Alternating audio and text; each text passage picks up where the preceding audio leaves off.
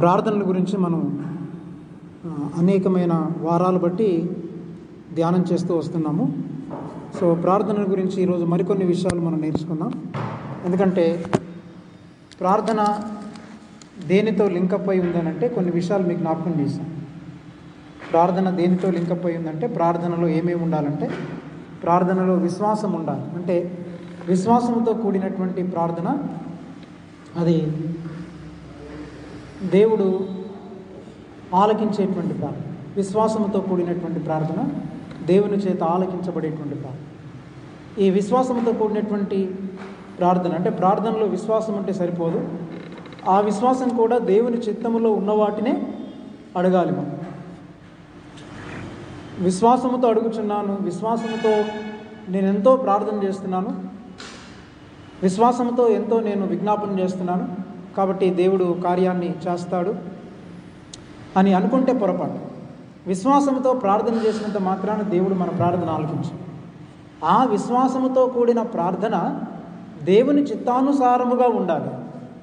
అంటే దేవుని చిత్తానుసారముగా ఉండేటువంటి ప్రార్థన విశ్వాసముతో కూడినదై ఉండాలి. అంటే విశ్వాసముతో దేవుని చిత్తానుసారముగా మనము ప్రార్థించినప్పుడు దేవుడు దానికి జవాబును ఇస్తాడు. అర్థమైంది కదండి? విశ్వాసంతో మనం దేవుని చిత్తానుసారముగా ప్రార్థించినప్పుడు దేవుడు మనకేమి ఇస్తాడు? జవాబుని ఇస్తాడు. కాబట్టి విశ్వాసంతో కూడినటువంటి ప్రార్థనలో దేవుని యొక్క జవాబును మనం పొందుకోగలం. అయితే మరి చాలా సంవత్సరాల క్రితం ప్రభు ఒక వర్తమానాన్ని ఇచ్చాడు. ఆ వర్తమానాన్ని ఈ ప్రార్థనల గురించినటువంటి వర్తమానంలో మరి ఎందుకు కొన్నిసార్లు మనం ప్రార్థనలు చేస్తే మన ప్రార్థన దేవుడు ఆలకించు. Why our prayers are not being answer. మన ప్రార్థనలు మనం చాలాసార్లు చేస్తుంటాం, కానీ కొన్నిసార్లు మన ప్రార్థనలు ఆలకించినట్టు అనిపించదు. దేవుడు నిజంగా నా ప్రార్థనకు జవాబిచ్చాడా ఇవ్వలేదా అనేటువంటి సందిగ్ధంలో ఉంటాం. సో దానికి 3 విషయాలు చెప్పాలనుకుంటున్నాను. అంటే ప్రార్థనకు దేవుడు 3 విధాలుగా జవాబులు ఇస్తాడు. ప్రార్థనకు దేవుడు 3 విధాలుగా జవాబులు ఇస్తాడు. 3 రకాలైన జవాబులు ఇస్తాడు. ఎలాగంటే ఇప్పుడు చూడండి, మనం దీనికి అర్థం అవడానికి ఏంటంటే మనం ట్రాఫిక్ సిగ్నల్ దగ్గర ఉన్నప్పుడు రెడ్ సిగ్నల్ పడుతుంది అంటే ఏం చేయాలి? మనం ఆగాలి. తర్వాత ఎల్లో సిగ్నల్ పడింది అనుకోండి, అర్థం ఏంటి? ఎల్లో సిగ్నల్ పడితే అర్థం ఏంటి? చూసుకోండి, వెయిట్ బాగా చెప్పారు, వెయిట్ అని. గ్రీన్ సిగ్నల్ పడింది అనుకోండి, అర్థం ఏంటి? పొమ్మని. రెడ్ సిగ్నల్ పడితే ఆగమని, అంటే వెళ్ళొద్దు అని. రెడ్ సిగ్నల్ పడితే వెళ్ళొద్దు, ఎల్లో సిగ్నల్ పడితే వెయిట్ చేయండి అని, గ్రీన్ సిగ్నల్ పడితే వెళ్ళమని. సో అట్లాగనే దేవుడు కూడా మనకి 3 రకాలుగా మన ప్రార్థనలకు జవాబులు ఇస్తాడు. ఒకటి, రెడ్ సిగ్నల్ పడిందంటే అర్థం ఏంటి? మనం ప్రార్థన చేసినప్పుడు దేవుడు నో అని చెప్తాడు, ఇది కుదరదు, ఇది వద్దు అని చెప్తాడు, ఇది నేను నీకు ఇవ్వను అని డైరెక్ట్ చెప్తాడు. చెప్పినప్పుడు ఏం చేయాలి? మనం రెడ్ సిగ్నల్ పడిన తర్వాత కూడా మనం గీత దాటిపోయామనుకోండి, ఏమవుద్ది? కెమెరా నంబర్ ప్లేట్ని ఫోటో తీసేస్తుంది. అట్లా మన జీవితాల్లో మనం రెడ్ సిగ్నల్ పడిన తర్వాత కూడా ట్రాఫిక్ సిగ్నల్ని దాటి మనం ముందుకెళ్తున్నప్పుడు మన గురించి లేకపోతే మన జీవితాల గురించి దేవుడు ఎన్నో ఫోటోలు తీసేసి ఉంటాడు. అర్థమవుతుందా? మన నంబర్ ప్లేట్స్ చాలా ఫొటోస్ ఉంటుంటాయి. ఆ నంబర్ ప్లేట్స్ ఫొటోస్ అంటే ఆటోమేటిక్గా అవుతుంటుంది కదా. ఇప్పుడంటే అప్పుడప్పుడు కొన్నిసార్లు పోలీసులు కెమెరాతో వాళ్ళు తీస్తున్నారు, కానీ కొంచెం డెవలప్డ్ కంట్రీస్లో మన దగ్గర కూడా ఉన్నది. ఆటోమేటిక్గా ఆ నంబర్ ప్లేటు ఏమవుద్ది? స్కాన్ అయిపోద్ది, అంటే ఫోటో పడిపోద్ది అన్నమాట. ఒక్కోసారి నేను చాలాసార్లు ఇప్పుడు ఈ మధ్య తీసేసినట్టున్నారు. అంతకుముందు బండి మీద వెళ్తున్నప్పుడు లేకపోతే కారులో వెళ్తున్నప్పుడు ఆటోమేటిక్గా ఫోటో తీసి నా వాట్సాప్ మెసేజ్ లేకపోతే మెసేజ్ వచ్చేది, అంటే మీరు ఇంత బిల్ పే చేయాలి అని వచ్చేది. అట్లా 2-3 సార్లు కట్టాను నేను రెడ్ సిగ్నల్ దాటినప్పుడు. అంటే అర్థం ఏంటంటే మనం దేవుడు కొన్నిసార్లు వద్దు అన్నప్పుడు మనం ఆ రెడ్ సిగ్నల్ని మనం దాటినప్పుడు ఆటోమేటిక్గా కెమెరా ఆ నంబర్ ప్లేట్ని ఫోటో తీసినట్లు మన జీవితాల్లో కూడా చాలాసార్లు దేవుడు మనల్ని ఫొటోస్ తీశాడు. చాలా ఫొటోస్ ఉండుంటాయి దేవుని దగ్గర, చాలా పిక్చర్స్ ఉండుంటాయి. వాటికి సంబంధించినటువంటి ఆ పిక్చర్స్ సంబంధించినటువంటి మరి ఫైన్ పడుతుంది మనకి. అంటే అర్థం ఏంటి? ఫైన్ కట్టాలి మనం చచ్చినట్టు. మనకి ఇష్టం లేకపోయినా ఫైన్ కట్టాలి. ఫైన్ కట్టకపోతే మన బైకో మన కారో లాక్కుపోతారు, లేదా మనం తీసుకెళ్ళి పోలీస్ స్టేషన్ పడేస్తారు. కాబట్టి దేవుడు మనకి ఏదైనా చెప్పినప్పుడు, ఇది నో అని చెప్పినప్పుడు, మనం ప్రార్థించినప్పుడు దేవుడు నో అంటాడు. నో అన్నప్పుడు ఏం చేయాలి? ఆగాలంతే. ఈ పెళ్లి సంబంధం చేసుకోవాలా వద్దంటే దేవుడు నో అన్నాడు అనుకోండి, ఆయన పర్లేదులే అలా చెప్తుంటారులే మనకెందుకులే అని చెప్పేసి మనం కనుక ముందుకెళ్ళిపోయామనుకో ఏమవుతుంది? అది రెడ్ సిగ్నల్ దాటినట్టు. మనం దాని తాలూకా వచ్చేటువంటి పర్యవసానాలన్నీ మనం అనుభవించాల్సి. దేవుడు ఏదో ఒకటి కొనమన్నాడు, కొనొద్దని చెప్పాడు, మనం బలవంతంగా కొనేసాం అనుకోండి, అంటే అప్పటికా వస్తువు వస్తుంది, ఎంజాయ్ చేస్తాం, అవును కదా? ఇప్పుడు రెడ్ సిగ్నల్ పడ్డప్పుడు అయినా కానీ మనకు టైం అయిపోతుంది, ఒక 5 నిమిషాలు ఫాస్ట్గా వెళ్ళిపోవాలని ఒక 5 నిమిషాల కొరకు మనం దాటేసి వెళ్ళిపోవచ్చు. కానీ దాని తాలూకా అంటే ఆ టైంకి మనం మొత్తం మీద ఎంజాయ్ చేయొచ్చు, మొత్తం మీద 5 నిమిషాలు నాకు సేవ్ అయింది అనుకోవచ్చు, టైంకి వెళ్ళగలిగాం అనుకోవచ్చు. కానీ దాని తాలూకా శిక్ష, దాని తాలూకా పనిష్మెంట్ అనేది తప్పకుండా ఉంటుంది. అంచేత ఈ రెడ్ సిగ్నల్ అనేటువంటిది, రెడ్ సిగ్నల్స్ దేవుడు రెడ్ సిగ్నల్స్ ద్వారా మనకి జవాబులు ఇస్తాడు. రెండవది ఏంటంటే ఎల్లో సిగ్నల్, అంటే వెయిట్ అంటాడు.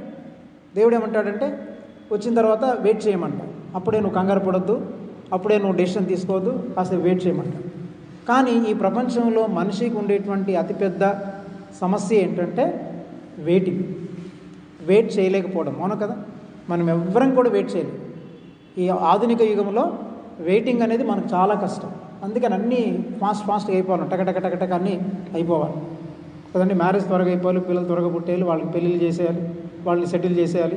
కానీ త్వరగా పోవాలని మాత్రం అనుకోం. అన్నీ త్వరగా అవ్వాలనుకుంటాం, కానీ దేవుని దగ్గరికి అన్నీ అయిపోయిన తర్వాత త్వరగా వెళ్ళిపోతే బాగుంటుందని అనుకుంటామా? అనుకో కదా. ఇంకా మనం ఏమంటామంటే దేవుడు నాకు దీర్ఘాయుష్ని ఇచ్చాడండి, ఇంకా దేవుడు ఆయుష్ ఇస్తున్నాడండి, 2 సార్లు కరోనా తగిలినా కానీ ఆయన దేవుడు నన్ను బతికించాడండి. ఎందుకు బతకడం కదా? అన్ని విషయాల్లో మాత్రం లోక సంబంధంగా త్వరగా అయిపోవాలనుకుంటాం, కానీ దేవుని చూడాలని పాటలు మాత్రం పాడుతూ ఉంటాం. నిన్ను చూడాలని ఉంది యేసయ్య, నీ దగ్గరికి రావాలని ఉంది యేసయ్య అంటాం. కానీ ఆయన దగ్గరికి త్వరగా వెళ్ళాలని అంటాం, కానీ రమ్మంటే మాత్రం వెళ్ళడానికి ఇష్టపడం. కాబట్టి వెయిటింగ్ అనేది మనకు చాలా కష్టం. సో ఈ ఆధునిక యుగంలో it's very difficult for a person to wait. అందుకని దేనికి వెయిట్ చేయవచ్చు? మెసేజ్ కూడా టకటగా వెళ్ళిపోవాలి, కాల్ కూడా వెంటనే అవ్వాలి, ప్రతిదీ కూడా మనం వెయిట్ చేయలేము. అందుకని ఎల్లో సిగ్నల్ ఏంటంటే God sometimes gives us the signal, yellow signal, wait. Number 1 red signal, do not go, వెళ్ళొద్దు అని అంటారు. రెండవది ఏంటంటే వెయిట్, కాస్త వెయిట్ చేయి, కంగారు పడదు కదా. అందుకని బైబిల్ గ్రంథంలో చాలా నాళ్ళ క్రితం ఒక సత్యం ప్రభు నాతో మాట్లాడు. ఏమన్నాడంటే తొందరపడి నడుచువాడు త్రోవ తప్పు, తొందరపడి నడిచేవాడు త్రోవ తప్పు. సామెతల గ్రంథంలో అంటే తొందరపాటు అనేటువంటిది చాలా ప్రమాదకరమైనది. ఎప్పుడైతే మనం తొందరపడి నడుస్తుంటామో, తొందరపడి నడిచేటువంటి వాడు ఏమవుతాడు? త్రోవ తప్పిపోతుంటాడు. కనుక మనం వెయిట్ చేయడం అనేది చాలా ప్రాముఖ్యమైనది. అందుకే మనం యెషయా గ్రంథంలో కూడా ఒక మాట చూస్తాం, చూడండి. యెషయా గ్రంథము 40వ అధ్యాయంలో కూడా ఇక్కడ భక్తుడు ఒక చక్కటి మాట చెప్తుంటాడు.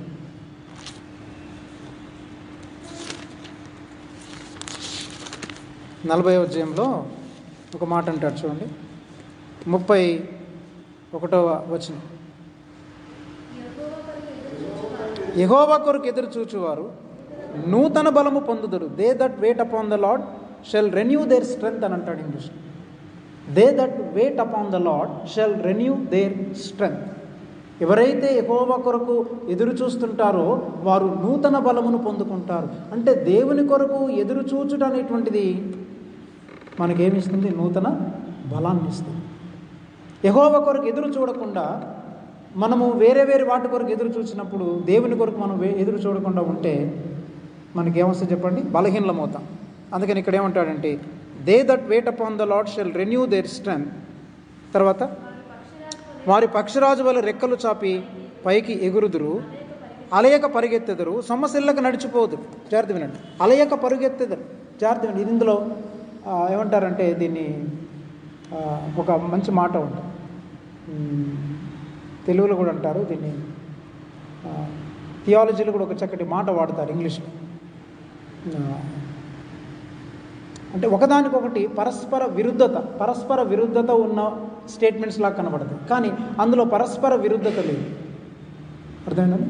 పరస్పర విరుద్ధత ఉన్నట్టు కనబడతా ఉంటుంది, కానీ ఇందులో పరస్పర విరుద్ధ పారాడాక్సికల్ స్టేట్మెంట్స్ అంటాయి. పారాడాక్సికల్ స్టేట్మెంట్, పారాడాక్స్ అంటే అర్థం ఏంటంటే ఒకదానికొకటి విరుద్ధత ఉన్నట్లు కనబడదు, కానీ యాక్చువల్గా విరుద్ధత ఉండదు. ఎట్లాగంటే చూడండి, దీన్ని మనం గమనిద్దాము. అలయక పరుగెత్తెదరు. అదేంటి? పరుగెత్తేవాడు ఏం చేస్తాడు? అలసిపోతాడు. కానీ ఇక్కడ ఏమంటున్నాడు? పరుగెత్తుతారట కానీ ఏం విరుద్ధం అండి దీనికి కదా.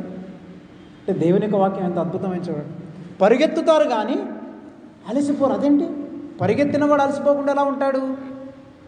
పరిగెత్తుచున్నటువంటి వాడు అలసిపోకుండా ఉండడం అసాధ్యం కదా. కానీ వీళ్ళు పరుగెత్తుతారట కానీ అలసిపోరట. ఆమెన్.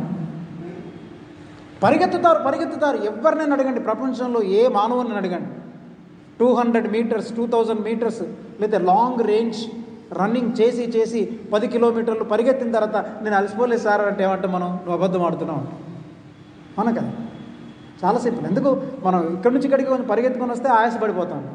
అంతెందుకు 2 ఫ్లోర్లు మెట్లెక్కనివ్వండి, ఎక్కడలేని ఆయాసం వచ్చేస్తుంది. అవును కదా.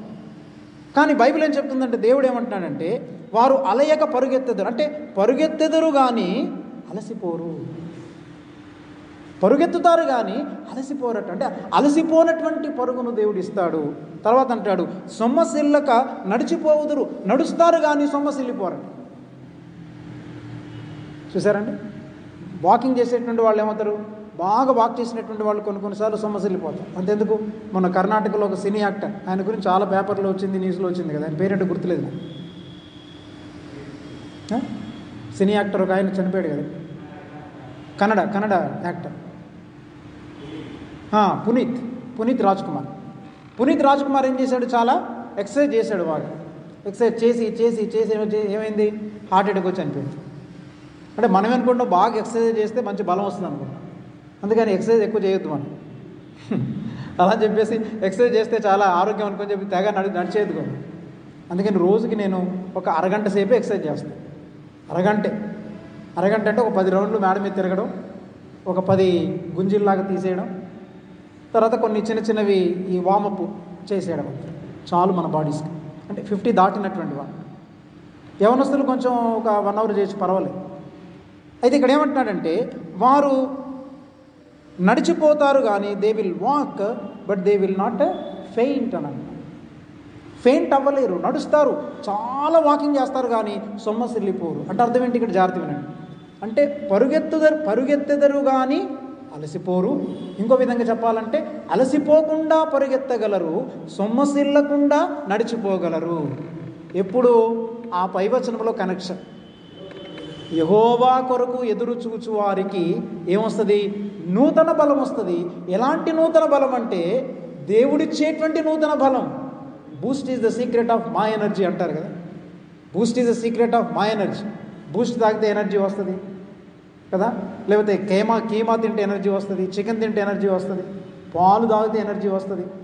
ఈ మధ్య మరి ఏమంటారు, రెసిస్టెన్స్ పవర్ని పెంచుకోవడానికి, ఇమ్యూనిటీ పవర్ని పెంచుకోవడానికి రకరకాలైన ఆహార పదార్థాలు తింటారు. అవేవి పనికిరావు అసలు చెప్పాలంటే. వాటికి కొంతవరకు ఉపయోగపడవచ్చు, నేను అసలే ఉపయోగపడేదని చెప్పట్లేదు. కానీ యెహోవా కొరకు ఎదురు చూచువారు నూతన బలం పొందుకుంటారు. ఏంటి ఆ నూతన బలం అంటే? ఎలాంటి బలం అంటే ఈ లోకములో మంచి మాంసం తిని, కూరలు తిని, మంచి పాలు త్రాగి, బోర్నవిటాలు, బూస్ట్లు, జీడిపప్పు, బాదం పప్పు వేపుకొని ఎంత తిన్నా కానీ పరుగెత్తితే అలసిపోతారు, నడుస్తుంటే సొమ్మసిల్లిపోతారు. కానీ యెహోవా కొరకు ఎదురు చూచేటువంటి వారు, దేవుడు వారికి ఇచ్చేటువంటి ఆ బలం ఎలాంటిదంటే వారు పరుగెత్తుతారు కానీ అలసిపోనటువంటి పరుగు, నడిచిపోతుంటారు కానీ సొమ్మసిల్లనటువంటి నడక వాళ్ళకి దేవుడు ఇస్తాడు. ఎంత అద్భుతం అండి. అందుకని మన ఆత్మీయ జీవితంలో మనము నడిచి కదండి, మనం అందుకని యేసుతో నడుచుట, యేసుక్రీస్తు ప్రభుతో నడిచినప్పుడు, ఆయన కొరకు కనిపెట్టుకొని ఉన్నప్పుడు నూతన బలం వస్తుంది. అందుకని ఆధ్యాత్మికమైన జీవితంలో మనము బలహీనలం అవ్వకుండా, మనము పడిపోకుండా ఉండడానికి, అంటే పడిపోకుండా అంటే కొన్నిసార్లు మానవులం కాబట్టి కొన్నిసార్లు పడిపోతూ ఉంటాం. మనం అస్సలే నేను పడిపోను అంటే అది అబద్ధం. అర్థం, నేను ఎప్పుడు ఏ పాపం చేయలేదు, ఎక్కడ పడిపోలేదు, నేను చాలా పర్ఫెక్ట్ ఉన్నానంటే అది చాలా తప్పు. అందుకని మీరు గమనించండి, యేసుక్రీస్తు ప్రభు దగ్గరికి వ్యభిచారంలో పట్టబడినటువంటి ఒక స్త్రీని తీసుకొచ్చారు. వ్యభిచారంలో పట్టబడిన స్త్రీని తీసుకొచ్చి ఏమన్నారు? ధర్మశాస్త్రం ప్రకారం ఈమెను రాళ్ళతో కొట్టి చంపాలన్నారు. అప్పుడు యేసయ్య ఏమన్నాడు? అలాగా బాగా చెప్పారా, నాకు బాగా ధర్మశాస్త్రం గుర్తు చేశారు, కమాన్ రాళ్ళు పట్టరాను రా, నేను ఒక రాయేస్తానని అన్నాడు. ఏమన్నాడు చెప్పండి, ఏమన్నాడు? మీలో పాపము లేనివాడు మొదట రాయి వేయడు. ఇక్కడ జాగ్రత్త వినండి, మీలో పాపము లేనివాడు మొదట రాయి వేయమని అన్నాడా, లేకపోతే మీలో వ్యభిచారము లేనటువంటి వాడు మొదట రాయి వేయమన్నాడా? చాలా జాగ్రత్త వినండి.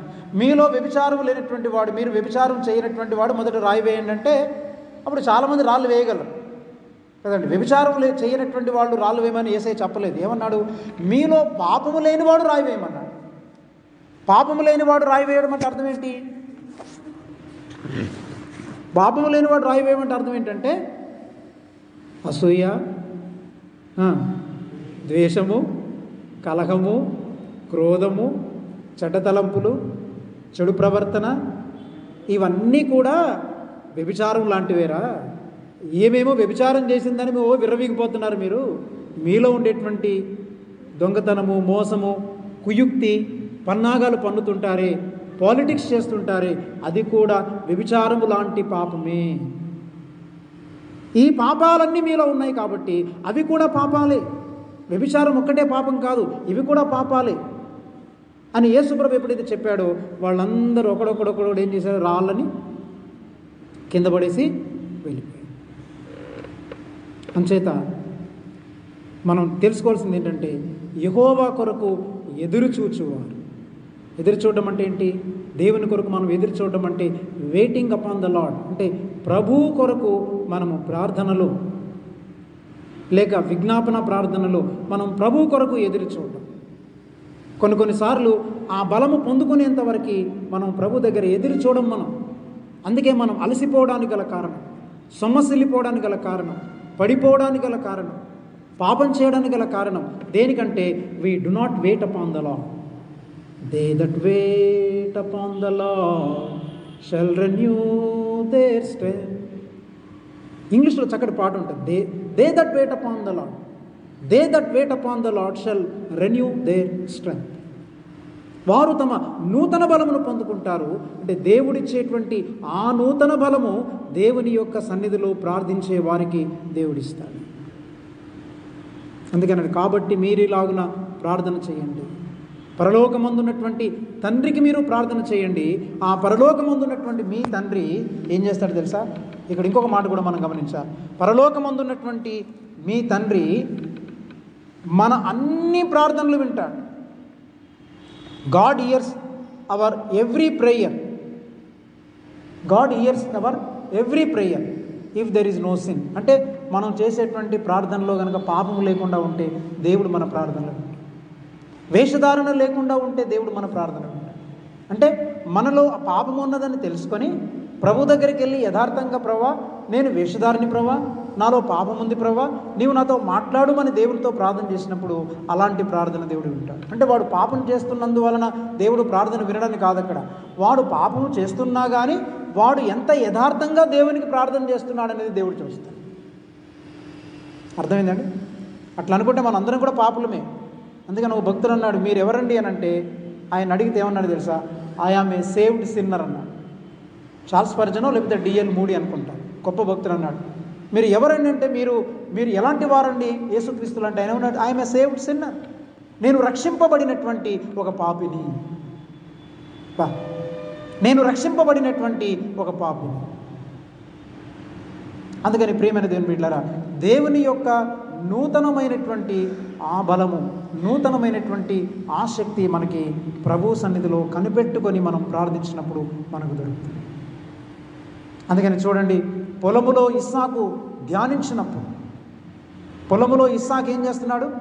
రిబ్కా కొరకు అంటే దేవుని సన్నిధిలో ధ్యానిస్తున్నాడు. ధ్యానించినప్పుడు వెయిట్ చేస్తున్నాడు.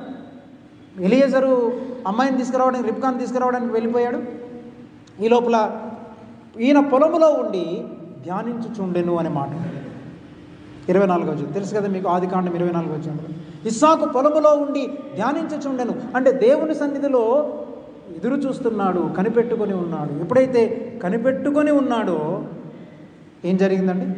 దేవుడు తన యొక్క భాగస్వామిని తగిన సమయంలో తనకు అవసరమైనప్పుడు అనుగ్రహించాడు. అట్లాగనే మోషే పరలోకం అంటే మోషే కూడా ఆ కొండ మీదకి వెళ్ళి, సీనాయి కొండ పర్వతం మీదకి వెళ్ళి అక్కడ ఏం చేశాడు చెప్పండి? 40 దినములు దేవుని సన్నిధిలో కనిపెట్టుకుని ప్రార్థన చేస్తాడు. 40 days he was waiting in the presence of God.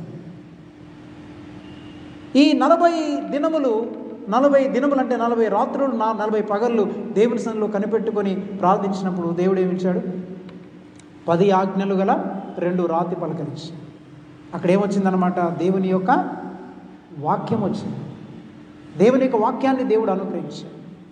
అట్లాగని ఈ విధంగా మనం బైబిల్ గ్రంథంలో చూడగలిగితే మరి యేసు ప్రభు కూడా గెత్సేమనే తోటలో రాత్రంతా కనిపెట్టుకొని ప్రార్థన చేసినప్పుడు ఏమైంది అక్కడ కూడా మరి దేవుని యొక్క సన్నిధి, తన తండ్రి యొక్క సహాయము మరి కుమారుడైనటువంటి యేసుక్రీస్తు ప్రభునికి అనుగ్రహించబడి, ఇట్లాగా మనం మన జీవితంలో మనము కనిపెట్టుకొని దేవుని సన్నిధిలో కనిపెట్టుకొని ప్రార్థన చేయడం అనేటువంటిది చాలా చాలా ప్రాముఖ్యమైనటువంటిది.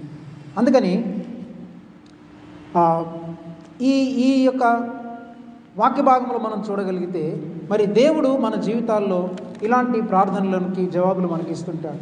కాబట్టి మనం వాకింగ్ అనేటువంటిది చాలా ప్రాముఖ్యమైనది. అందుకని వాక్, అట్లాగనే నడుచుట అనేటువంటిది చూడండి. ఆదికాండం 17వ అధ్యాయంలో కూడా ఒక మాట ఉంది. ఆదికాండం 17వ అధ్యాయంలో అబ్రాహాముతో కూడా దేవుడు అంటాడు చూడండి. అబ్రాహాముతో కూడా దేవుడు ఒక చక్కటి మాట చెబుతుంటాడు. అబ్రాహాముతో దేవుడు ఒక మాట అంటాడు చూడండి. మనం మొదటి వచనంలో మనం చదువుకుందాం. 17వ అధ్యాయం మొదటి వచనం. అబ్రాహాము 99 ఏండ్ల వాడైనప్పుడు యెహోవా అతనికి ప్రత్యక్షమై, నేను సర్వశక్తి గల దేవుడను, నా సన్నిధిలో నడుచుచు నిందారహితుడవై ఉండుము అన్నాడు. ఏమన్నాడు? నా సన్నిధిలో నడుచుచు నీవు నిందారహితుడవై ఉండుము. అంటే walking before the lord. Walking before the lord. ఎవరి ముందు నడవాలంటే మనము యెహోవా ముందు నడుచుట అనేటువంటిది చాలా ప్రాముఖ్యమైనది. అందుకని మనము దేవుని యొక్క సన్నిధిలో నడుస్తున్నామా, లేకపోతే మనం మనుషుల ఎదుట నడుచుచున్నామా అనేటువంటిది మనం పరిశీలన చేసుకోవాలి. అట్లాగనే చాలా కాలం కిందట నేను కొన్ని మాటలు చెప్పాను బ్రదర్. అవేంటంటే మరి ఎందుకు దేవుడు కొన్నిసార్లు మన ప్రార్థనలు ఆలకించినట్లు అనిపించదు అంటే, ఏ సందర్భాల్లో దేవుడు మన ప్రార్థనలు వినడు అంటే 7 రకాలైనటువంటి కారణాలు మీకు జ్ఞాపకం చేస్తాను. 7 రకాలైనటువంటి కారణాలు. Why some of the prayers are not heard. ఎందుకు కొన్ని రకాలైనటువంటి ప్రార్థనలు దేవుడు వినడు? మన ప్రార్థనలు వినకపోవడానికి గల కారణాలు ఏంటంటే 7 రకాలైన కారణాలు. దీనికి నేను ఒక టైటిల్ ఇచ్చాను. ఏంటంటే, మీ నంబరు సరిచూసుకోండి. ఈరోజు మనందరం ఏం చేయాలి? మీ నంబరు సరిచూసుకోండి. మెసేజ్ టైటిలే మీ నంబరు సరిచూసుకోండి.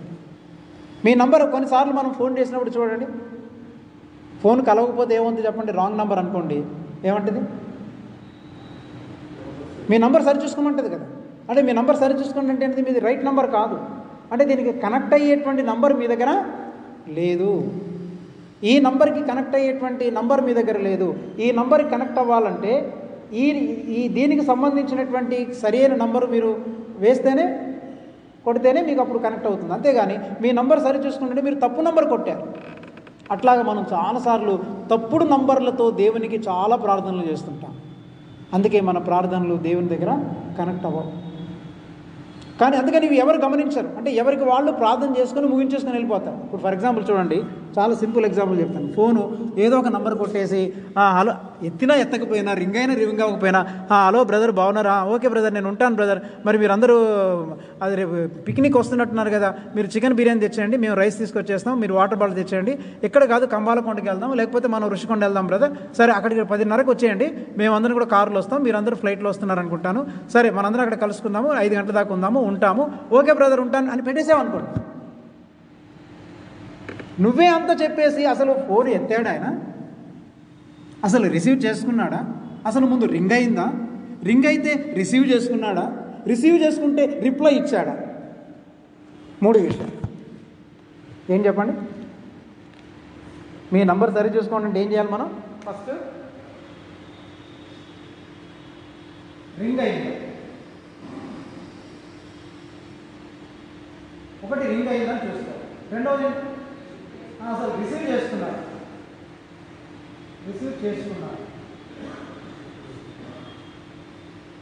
మూడవది రిప్లై ఇచ్చాడు.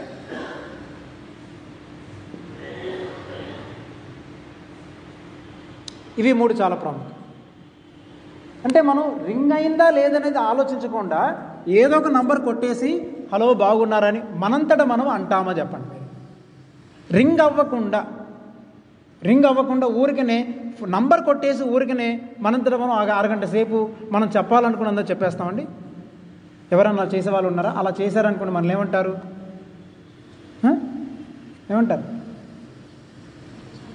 బాగా చెప్పారు. ఏమంటారు? మనల్ని పిచ్చి పట్టింది, పాస్టర్ గారికి అయ్యగారికి పిచ్చి పట్టింది ఈ మధ్య. ఈ పిచ్చి చాలా పరాకాష్ఠకి చేరింది. ఎంత పరాకాష్ఠకి చేరిందంటే ఏదో ఒక నంబర్ కొట్టేసి ఆయనంతటైనా మాట్లాడేసుకుంటున్నాడు. అసలు ఎవరికి అర్థం కావట్లేదు బాబోయ్ అని చెప్పి మీరు అందరూ కలిసి నన్ను పిచ్చి ఆసుపత్రిలో పడేస్తారు. అంటే మనం ఏ నంబర్ కొడుతున్నాం అనేటువంటిది కూడా సరిగా చూస్తాం. ఈ నంబర్ కొట్టడం అంటే అర్థం ఏంటి?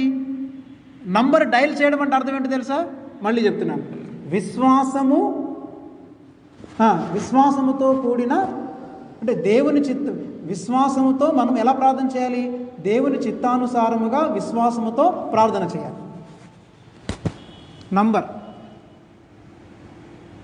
నంబర్ ఏంటంటే విశ్వాసము ప్లస్ దేవుని చిత్తంతో కూడిన ప్రార్థన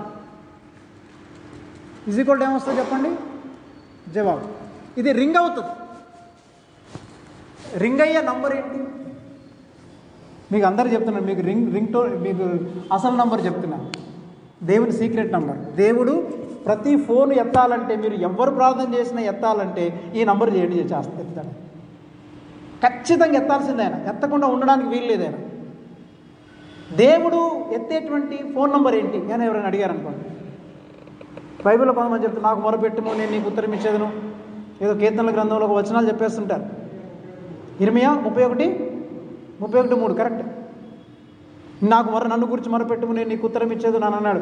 ఇచ్చేదని అన్నాడు కరెక్టే. ఎలా మొరపెట్టాలి? మనం ఎలా మొరపెట్టాలి అంటే దేవునికి రింగ్ చేసేటువంటి నంబరు ఏ నంబర్తో రింగ్ చేయాలంటే విశ్వాసముతో. అంటే దేవుని చిత్తానుసారముగా మనము ప్రార్థించినప్పుడు దేవుడు ఏమిస్తాడు? తప్పకుండా రిప్లై ఇస్తాడు, జవాబు వస్తుంది. అందుకని చాలాసార్లు ఏమవుతుందంటే మనం ఎవరి ఫోన్ వాళ్ళు చేసేసి రింగ్ అయినా అవ్వకపోయినా మాట్లాడేసుకోవడం అనేది జరగదు. కాబట్టి ఈ రోజుల్లో చాలామంది, నాకు చాలా ఆశ్చర్యం వేసేది ఏంటంటే చాలా సంఘాల్లో, దాదాపు అన్ని సంఘాల్లో ఎవరంతటా వాళ్ళు వచ్చి కూర్చొని ఈరోజు మనం ప్రార్థన చేసుకుందామని చెప్పి ఒక్కొక్కరు లేచి ప్రార్థన చేయండి అని చెప్పి వాళ్ళంతా వాళ్ళు చేసేస్తుంటారు. ఎవరికి వాళ్ళు ప్రార్థనలు చేసుకుంటారు. ప్రార్థన అంతా అయిపోయిన తర్వాత ఎవరికి వాళ్ళు వెళ్ళిపోతారు. అసలు దేవుడు విన్నాడా? మనం చేసిన ప్రార్థన సరి అయిందేనా? ఈ పద్ధతిలో చేయాలా? ఇంకేదైనా పద్ధతి ఉందా అని ఎవరు ఆలోచించారు? అసలు ఇప్పుడు ఊరికనే మీరున్నారు, నా అంతటి నేను మాట్లాడుకుని వెళ్ళిపోతే అది మీనింగ్లెస్. మీరు వింటున్నట్టుగా మీకు అర్థమయ్యే విధంగా నేను మాట్లాడాలి.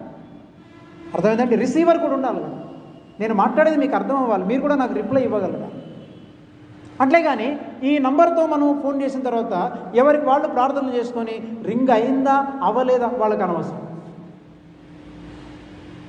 అందుకని ఏదో ఒక నంబర్ కొట్టేసి మనం వెళ్ళిపోతున్నాం. కాబట్టి రింగ్ అయిందా అనేది ప్రశ్న. రింగ్ అయితే ఏమంది? రిసీవ్ చేసుకున్నాడా అనేది కూడా ఆలోచించాలి. రింగ్ అవ్వాలంటే ఏం చేయాలి? ఆ నంబర్ కొట్టాలి. రిసీవ్ చేసుకున్నాడా లేదా మరైనా ఎలా తెలుస్తుంది మనకు? రిసీవ్ చేసుకున్నాడా లేదా చెప్పండి. ఆయన రిసీవ్ చేసుకున్నాడా లేదా ఎలా తెలుస్తుంది? మళ్ళీ విశ్వాసమే. అర్థమైంది? దానికి ఏంటి? విశ్వాసమే, నమ్మాలంతే. అవును కదా. హెబ్రీ పత్రిక 11వ అధ్యాయము 5వ వచనం చదువు. దానికి హెబ్రీ పత్రిక 11వ అధ్యాయం 5వ వచనం. హెబ్రీ పత్రిక 11వ అధ్యాయం 5వ వచనం. 5 లేక 6వ వచనం చదువు. విశ్వాసము లేకుండా దేవునికి ఇష్టడై ఉండుట అసాధ్యము. చదువు. దేవుని యొద్దకు వచ్చువాడు, జాగ్రత్త వినండి, దేవుని యొద్దకు వచ్చువాడు ఆయన ఉన్నాడనియు తన్ను వెతుకువారికి ఫలము దయచేయువాడనియు నమ్మవలను కదా. చాలా ఇక్కడ కూడా ఏం చేయాలి మనం? తన్ను వెతుకువారికి ఫలము దయచేయువాడు అంటే నేను సరి అయిన నంబర్తో నేను ఫోన్ చేసినప్పుడు దేవుడు తప్పకుండా ఆయన రిసీవ్ చేసుకుంటాడు. రిసీవ్ చేసుకోవడం మాత్రమే కాదు, ఖచ్చితంగా. అందుకన్నాడు కదా, మీ ప్రార్థన నేను వింటాను అన్నాడు. ఆయన రిసీవ్ చేసుకోవాలంటే ఇంకొకటి కూడా ఉంది చూడండి. మనము 2వ దినవృత్తాంతాల గ్రంథంలో ఇంకొక మాట, 2వ దినవృత్తాంతాల గ్రంథం మనం చూడండి, 7వ అధ్యాయము, 2వ దినవృత్తాంతాల గ్రంథం 7వ అధ్యాయము మనం 14వ వచనం నుండి చదువుతాం. చూడండి, నా పేరు పెట్టబడిన నా జనులు తమ్మును తాము తగ్గించుకొని ప్రార్థన చేసి నన్ను వెదకి తమ చెడు మార్గములను విడిచిన ఎడల, అది ఏం చేయాలి? తమ చెడు మార్గములను విడిచిన ఎడల ఆకాశము నుండి నేను వారి ప్రార్థనను విని, వినండి వినండి వినండి, నేను వారి ప్రార్థనను విని. ఎప్పుడు వింటాడు? ఎప్పుడు రిసీవ్ చేసుకుంటాడు? ఏం చేయాలట? పైన అంటాడు, నా పేరు పెట్టబడిన నా జనులు తమ్మును తాము ఏం చేయాలి? నంబర్ 1, తగ్గించుకోవాలి. ప్రార్థన చేస్తారు కానీ చాలామంది గర్వంగా చేస్తారు. మహాకాశం అందున్న మా తండ్రి, నువ్వు గొప్ప దేవుడవునైనా ఎందుకు చేయవు ప్రభా? అసలు నువ్వు ఎవడవని చేయాలి నీకు? అసలు ప్రభా ఇప్పుడే జరిగించు ప్రభా, నీ కార్యము చెయ్యునైనా, అద్భుతం జరిగించు ప్రభా అని చేస్తుంటారు. ఎందుకు చేయాలి? నువ్వు ఎవరని చేయాలి? మన ప్రార్థనలో కూడా ఏముండదు? దీనత్వం ఉండదు. ఇప్పుడు ఎవరైనా మన ఇంటికి అడుక్కునేవాడు వచ్చాడని, వచ్చిన తర్వాత చూసి,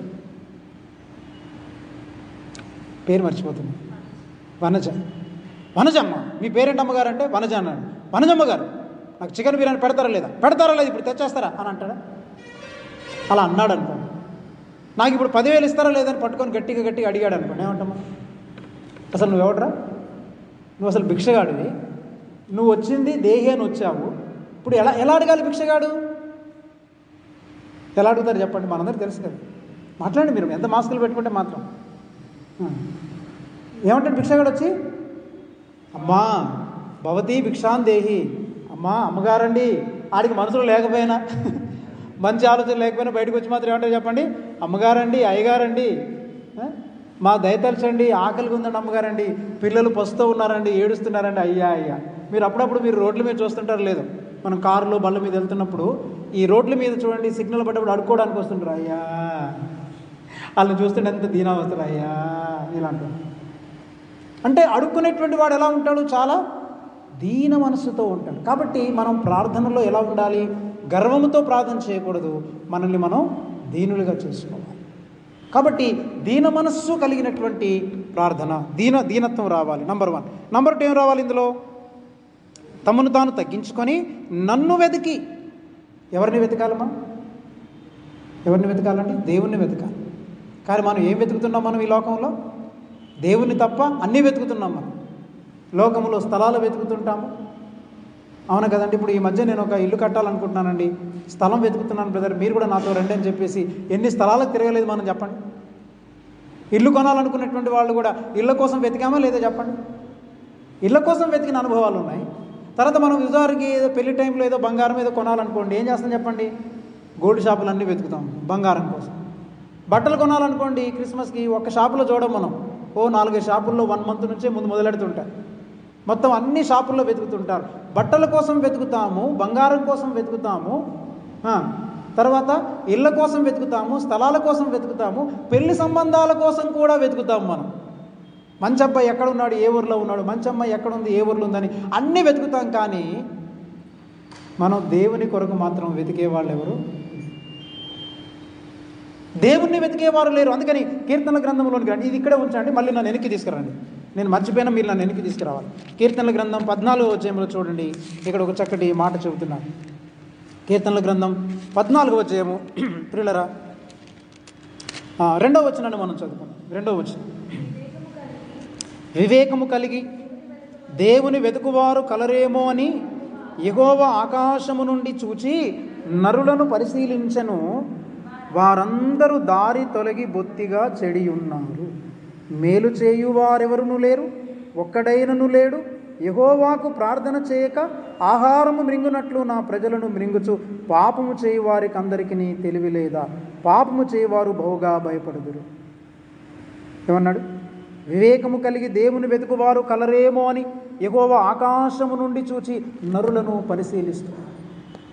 what God is searching for? God is searching not for the great people. God is searching not for big people, not for talented people. God is not searching for very educated people. God is not searching for very great people or big people, big అంటే ఏమంటారు high caste people, గొప్ప వంశము వారినైనను గనులైనటువంటి వారినైనను. ఏమంటే కలెక్టర్ల కోసం వెతకట్లేదు, డిఎస్పీల కోసం వెతకట్లేదు దేవుడు. ఎవరు పెద్ద పెద్ద మందిరాలు కడతారని దేవుడు వెతకట్లేదు, లేకపోతే ఎవరు బాగా చదువుకున్నారని వెతకట్లేదు, సైంటిస్టుల కోసం వెతకట్లేదు, జ్ఞానవంతుల కొరకు వెతకట్లేదు, మంచి పాట పాడే వాళ్ళ కోసం వెతకట్లేదు, అట్లాగని మంచి వాయిద్యాలు వాయించే వారి కొరకు వెతకట్లేదు, అడ్మినిస్ట్రేటర్స్ కొరకు వెతకట్లేదు, పొలిటీషియన్స్ కొరకు వెతకట్లేదు, ఆయన ఫైనాన్షియర్స్ కొరకు వెతకట్లేదు, ఏమండి మినిస్టర్స్ కొరకు వెతకట్లేదు, ఆయన టీచర్స్ కొరకు వెతకట్లేదు. ఇలాంటి వారి కొరకు కాదు ఆయన వెతికేది. దేని కొరకు వెతుకుతున్నాడట? యెహోవా ఆకాశము నుండి వివేకము కలిగి దేవుని వెతుకువారు కలరేమో అని.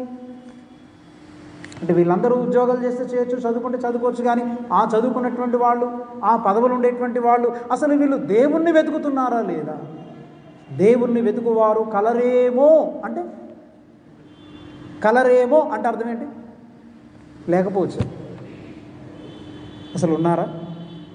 దేవుణ్ణి వెతికే వాళ్ళు ఉన్నారా? కలరేమో ఎక్కడైనా ఉన్నారని దేవుడు అలా వెతుకుతున్నాడట. దేవుడు వెతుకుతున్నాడు పరలోకం నుంచి. ఆయన పరలోకం నుంచి నరులను ఎందుకు పరిశీలిస్తున్నాడంటే, నన్ను వెతుకువారు ఎవడున్నాడా అని చూస్తున్నాడు. కానీ దేవుణ్ణి వెతుకువారు ఒక్కడు కూడా లేరట. అందుకని దేవుని వెతుకువారు కలరేమని యెహోవా ఆకాశము నుండి చూచి నరులను పరిశీలించగా వారందరూ దారి తొలగి బొత్తిగా చెడి ఉన్నారు. అందరూ చెడిపోయి ఉన్నారు. No one is seeking God. Everyone is seeking of his own. అందరూ తమ సొంత కార్యములనే చూచుకొనుచున్నారు. అందరూ తమ సొంత కార్యములనే, ఇల్లు కట్టుకోవాలి, పెళ్లి చేసుకోవాలి, పిల్లల్ని కనాలి, ఉద్యోగం చేయాలి, వస్తువులు కొనుక్కోవాలి, ప్రమోషన్లు పొందుకోవాలి, బాగా చదువుకోవాలి, సర్టిఫికెట్ సంపాదించుకోవాలి, లేకపోతే మంచి మంచి ఈవెన్ మినిస్ట్రీస్ కూడా చేయాలని వీటిని వెతికే వాళ్ళు కనబడుతున్నారు. కానీ but nobody is there who is seeking God. దేవునిని వెతుకువారు కలరేమో అని యెహోవా పరిశీలించినప్పుడు వారందరూ దారి తొలగి ఏమయ్యారట? చెడిపోయారు. బొత్తిగా చెడిపోయినారు. కొంచెం కాదు. ఎలా ఉన్నారంటే, దేవుని వెతకనటువంటి వాడు బొత్తిగా చెడిపోయి ఉన్నారు. అందుకని వాళ్ళు దేవుణ్ణి వెతకలేకపోతున్నారు. అలాగనే రోమీలకు రాసినటువంటి పత్రికలో కూడా మరొక మాట ఉంటుంది చూడండి. రోమీలకు రాసినటువంటి పత్రిక, ప్రియమైన దేవుని బిడ్డలారా, రోమా పత్రిక చూడండి, 3వ అధ్యాయంలో ఒక మాట ఉంది. 3వ అధ్యాయం 10వ వచనం చూడండి. 3వ అధ్యాయం 10వ వచనం. ఇందును గూర్చి వ్రాయబడినదేమనగా, నీతిమంతుడు లేడు, ఒక్కడును లేడు, గ్రహించువాడెవడును లేడు, దేవుని వెతుకువాడెవడును లేడు, అందరూ త్రోవ తప్పి ఏకముగా పనికి మాలిన వారు. చాలు. దేవుని వెతుకువాడెవడు లేడు. ఎంతవరకు? యేసయ్య ఈ భూలోకానికి వచ్చేంతవరకు దేవుని వెతికేవాడు. కానీ ఎప్పుడైతే యేసు ప్రభు ఈ భూలోకానికి వచ్చాడు, ఎప్పుడైతే యేసు ప్రభు ఈ భూలోకానికి వచ్చాడు, యేసు ప్రభు ఆయన కలవరి శిలువలో ప్రాణం పెట్టి పునరుత్థానుడై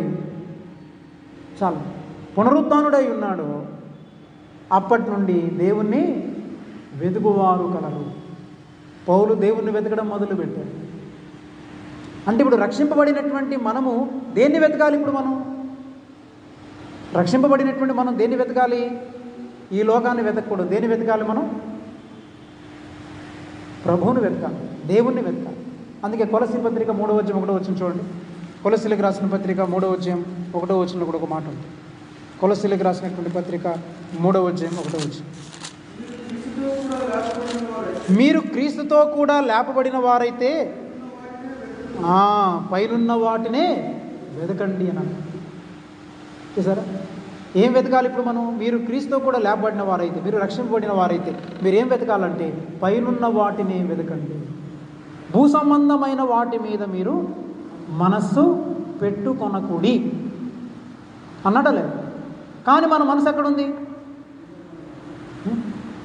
చెప్పండి, మన మనసు ఎక్కడుంది? మన మనసంతా కూడా భూ సంబంధమైన వాటి మీదనే, మన మనసంతా భూ సంబంధమైన వాటి మీదనే పెట్టుకొని భూ సంబంధమైన వాటిని మనం ఎక్కువగా వెతుకుతున్నాము, పర సంబంధమైన వాటిని వెతకడం లేదు. అందుకని దేవునిని వెతుకువారు కలరేమని యెహోవా ఆకాశం నుండి నరులను పరిశీలించాడు. ఇప్పుడు మళ్ళీ 2వ దినవృత్తాంతాల గ్రంథం ఎన్నికొద్దాం కదా, 7వ అధ్యాయంలో. ఇప్పుడు దేవునికి మనం ప్రార్థన చేయాలంటే ఏం చేయాలి? ఒకటి చెప్పండి, ఆయన రిసీవ్ చేసుకోవాలంటే ఏం చేయాలి? మనం రిసీవ్ చేసుకోవాలంటే ఒకటి మనం తగ్గించుకోవాలి. 14వ 7వ అధ్యాయము 2వ దినవృత్తాంతాలు 14 వచనం. తమను తాము తగ్గించుకొని నంబర్ 1. నంబర్ 2 ఏం చేయాలి? తగ్గించుకొని ప్రార్థన చేయాలి. తగ్గించుకొని ప్రార్థన చేసి నన్ను వెతకాలి అని అన్నాడు. ఏం చేయాలంటే నన్ను వెతకాలి.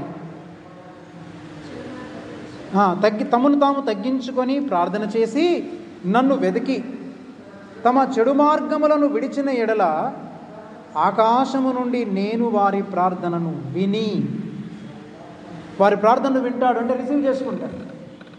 రిసీవింగ్ అనమాట. రిప్లై ఏముంది చెప్పండి? ఆఖరిలో రిప్లై ఇస్తాడు. ఏంటా రిప్లై? కింద ఉంది, వారి పాపమును క్షమించి వారి దేశమును స్వస్థపరచుదును. హల్లెలూయా. వారి దేశమును స్వస్థపరచుదును. రిప్లై వచ్చేసింది అంతే. I will heal you, I will forgive your sin. మనము పాపం చేసినప్పుడు, మనము తప్పు చేసినప్పుడు, మనం ఏదైనా పొరపాటు చేసినప్పుడు మనం అందరం గుర్తుపెట్టుకోవాలి, పొరపాట్లు అనేవి అందరం చేస్తాం. ప్రతిరోజు మనందరం ఏదో ఒక పొరపాటు చేస్తున్నాం. పెద్ద పెద్ద నేరాలు ఘోరాలు చేయకపోవచ్చు, కానీ మనందరిలో ఏదో ఒక పాపము ఏదో ఒక పొరపాటు ప్రతిరోజు దొరుకుతూనే ఉంది. కానీ మనం ఆ పాపాలని సీరియస్గా తీసుకోం. మనం ఎంతసేపు మేజర్ సిన్స్ ఉన్నాయి చూడండి, వాటినే సీరియస్గా తీసుకుంటాం. కానీ అబద్ధం ఆడడం సీరియస్ అనుకోము, మోసయుక్తంగా మాట్లాడడం సీరియస్ అనుకోము, అసూయ వస్తే చూడండి దాన్ని సీరియస్గా అనుకోము మనం. కానీ బైబిల్ గ్రంథంలో చూడండి, వ్యభిచారులు, తర్వాత అబద్ధికులందరూ అగ్నిగంధకములతో మండుగుండంలో పాలు పొందారు. అబద్ధాలు చెప్పేటువంటి వాళ్ళు కూడా ఎక్కడ ఉంటారు? నరకంలోనే ఉంటారు. మాంత్రికులు ఎక్కడ ఉంటారు? నరకంలోనే ఉంటారు. చూడండి, అక్కడ 5-6 లిస్టులు ఇస్తాడు మనకు ప్రకటన గ్రంథంలో. 21వ అధ్యాయం చూద్దాం మనం. ప్రకటన గ్రంథం 20 అధ్యాయం అనుకుంటా.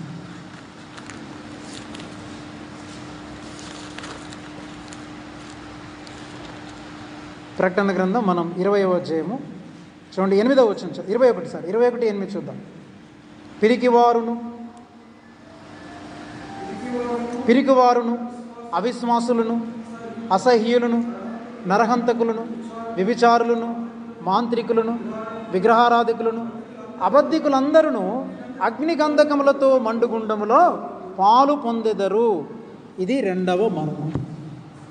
అంటే ఇక్కడ చూడండి, పిరికివారు అంటే ఏంటి? పిరికివారు అంటే ఎవరు? రాత్రులు నాకు చాలా భయం వేస్తుందండి ఒంటరికి వెళ్ళాలంటే, అదా పిరికితనం? ఆ పిరికితనం కాదు ఇక్కడ మాట్లాడు. పిరికితనం అంటే ఏంటంటే, పిరికితనం అంటే అర్థం ఏంటంటే, యేసుక్రీస్తు ప్రభుని గురించి ప్రజలందరి ఎదుట ధైర్యముగా సాక్ష్యం ఇవ్వలేనటువంటి వాడు, లేక యేసుక్రీస్తు ప్రభుని ప్రజల ముందట ఒప్పుకొననటువంటి వాడు. ఈయన యేసుక్రీస్తు ప్రభు, ఆయన నిజరక్షకుడు, నేను ఆయన నమ్ముకున్నాను, ఆయన బిడ్డను అని ఎవరైతే చెప్పకుండా ఉంటాడో అలాంటి వాడు ఎవడనమాట? పిరికోడన్న. అందుకని చాలామంది నేను అంటుంటాను, మనం ఉద్యోగాలు చేసేటప్పుడు అందరూ ఎస్సీ రిజర్వేషన్ రాసేసుకొని పెట్టేసుకుంటారు. వాళ్ళకి ధైర్యం లేదు, మేము క్రీస్తు బిడ్డలము అని చెప్పేటువంటి ధైర్యం లేదు. అలాంటి వారు పిరికివారు. తెలుసా? క్రీస్తును బహిరంగముగా ఒప్పుకొనుటకు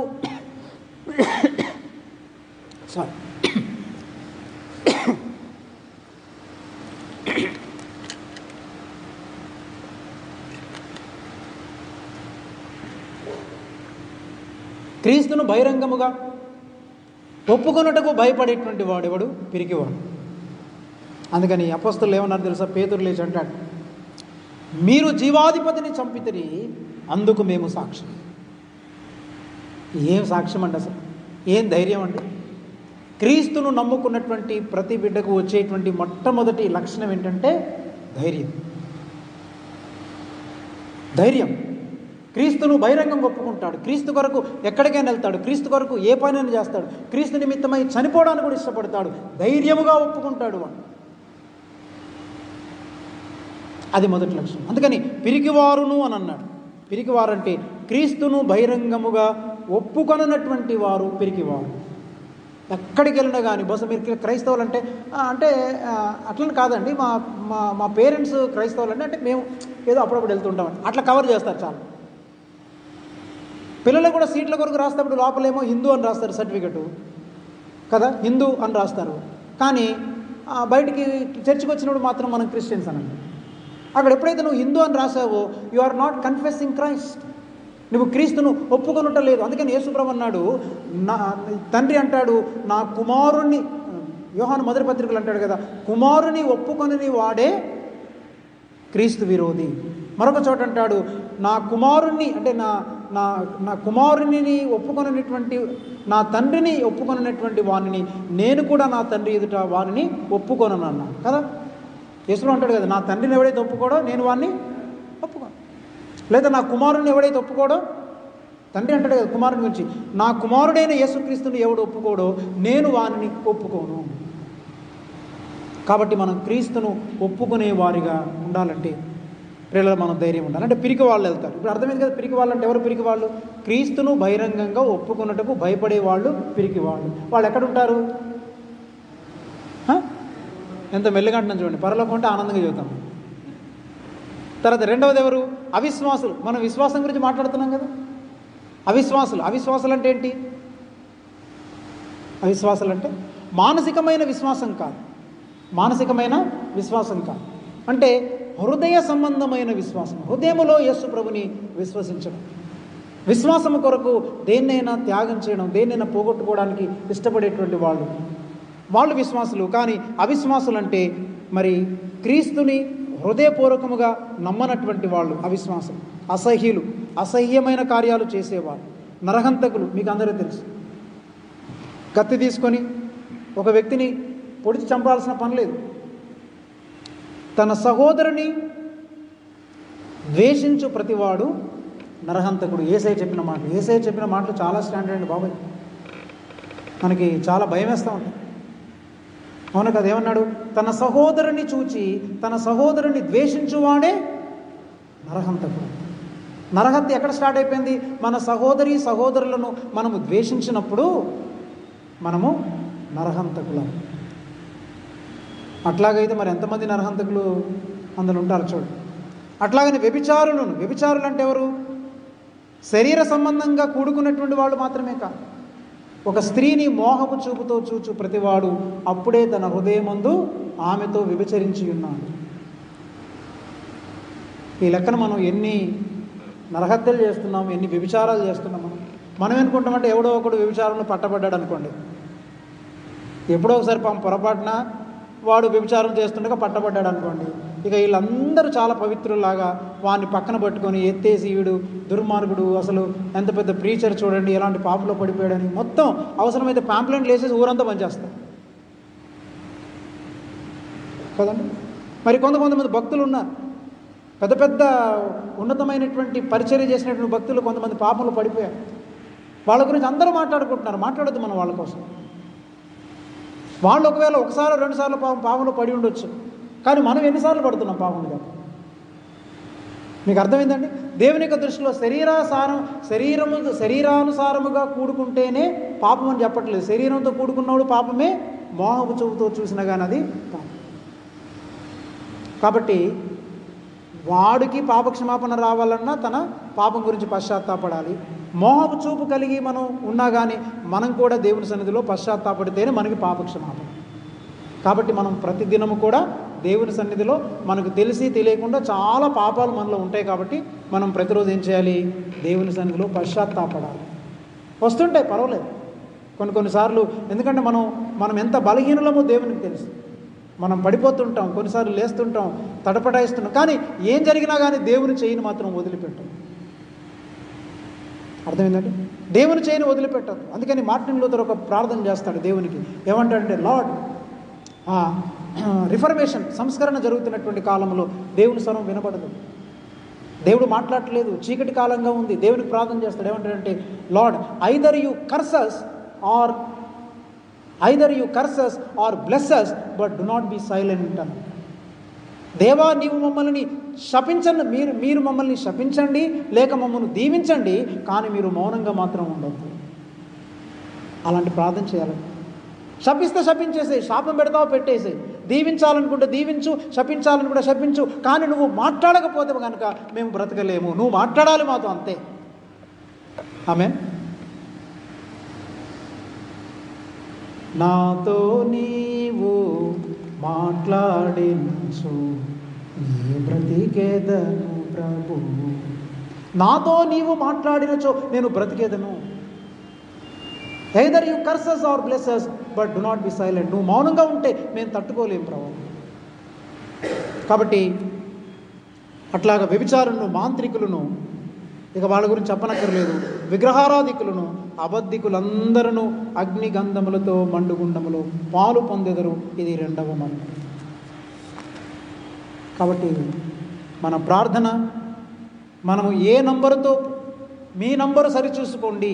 ఏ నంబరు సరి చూసుకోవాలి చెప్పాలి మీరంతా. ఏ నంబర్ సరి చూసుకోవాలి? ముగించేస్తారు, చెప్పండి. ఏ నంబరు మనం సరి చూసుకోవాలి?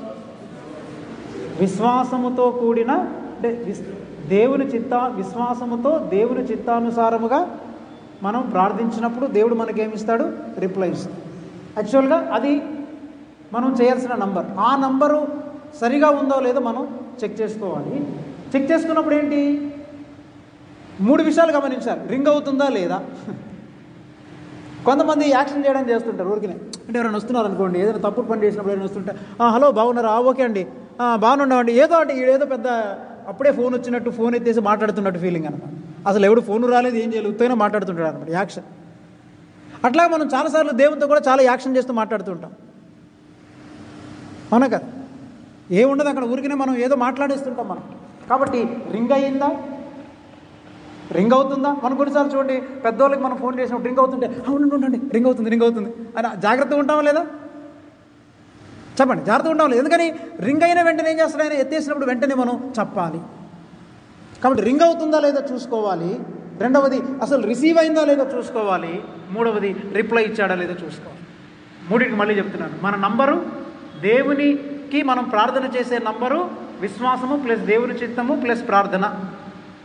రింగ్ అవుతుందా లేదా అనేది ఎలా తెలిసింది మనకి? రింగ్ అవుతుందంటే అర్థం ఏంటన్నమాట? అది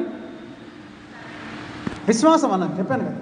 రింగ్ అయిందా లేదని మనకి ఎలా తెలుస్తుంది? రింగ్ అయింది అనేది ఎలా తెలుస్తుందనంటే, దేవుని యొద్దకు వచ్చేవాడు ఆయన ఉన్నాడనియు, తను అడుగువారికి ఫలము దయచేయగలవాడనియు నమ్మవలను కదా, విశ్వాసం. తర్వాత 2వది రిసీవ్ చేసుకున్నాడా లేదా? ఎప్పుడు రిసీవ్ చేసుకుంటాడు ఆయన? 2వ దినవృత్తాంతాల గ్రంథం 7వ అధ్యాయము 14వ వచనం, తగ్గించుకొని ఆయనని వెతికి చెడు మార్గంలో విడిచిన యెడల ఆయన మన ప్రార్థనని ఆలకించి అన్న, నీ ప్రార్థన వింటాను అన్నాడు. అంటే ఏం చేశాడు? రిసీవ్ చేసుకున్నట్టు. రిసీవ్ చేసుకుంటా రిప్లై ఇచ్చాడా? ఇచ్చాడు. ఏమి ఇస్తాడు రిప్లై? వారి పాపమును నేను క్షమించి. ఆమేన్. మన పాపమును, మనం పాపం చేసినప్పుడు చాలాసార్లు మదన పడిపోతుంటాం, గిల్టీగా ఫీల్ అవుతుంటాం. ఒకవేళ ఎంత ఘోరమైన నేరమైన పాపం మనలో జరిగినప్పుడు మనం అపరాధ భావం వస్తుంది, ఖచ్చితంగా రావాలి, వస్తుంది. మనకి వచ్చినప్పుడు దేవుని సన్నిధికి వెళ్ళి యథార్థంగా కనుక మనం ప్రార్థన చేసినప్పుడు దేవుడు మన పాపాన్ని తప్పకుండా క్షమిస్తాడు. క్షమించబడిన తర్వాత మళ్ళా నేను తప్పు చేశాను 10 సార్లు అనాల్సిన పని లేదు. అలా అన్నామంటే అర్థం ఏంటంటే, రిప్లై ఇచ్చిన తర్వాత కూడా నువ్వు ఇవ్వలేదు అంటే ఎలా కోపం అవుతుంది మనకి? ఫోన్ చేశాను, రిప్లై ఇచ్చాడు, అంతైపోయింది. సార్ మీరు మాట్లాడలేదు సార్, ఫోన్ చేస్తే మీరు నాకు ఏం చెప్పలేదు సార్ అంటే, మీరు ఫోన్ చేశారు, మాట్లాడారు, చెప్పాను, అంత అయిపోయింది, మళ్ళీ ఇవ్వలేదని ఏడుస్తారేంటి అని అంటామా లేదు? కాబట్టి దేవుని యొక్క రిప్లై రావాలంటే ఏంటనమాట? మన పాపమును ఆయన క్షమించి మన దేశమును స్వస్థపరుస్తాడు. మన మనస్సుని, మన హృదయాన్ని, మన తలంపులని, సమస్తాన్ని ఆయన స్వస్థపరచగలిగినటువంటి. కాబట్టి మీ నంబరు సరిచూసుకోండి.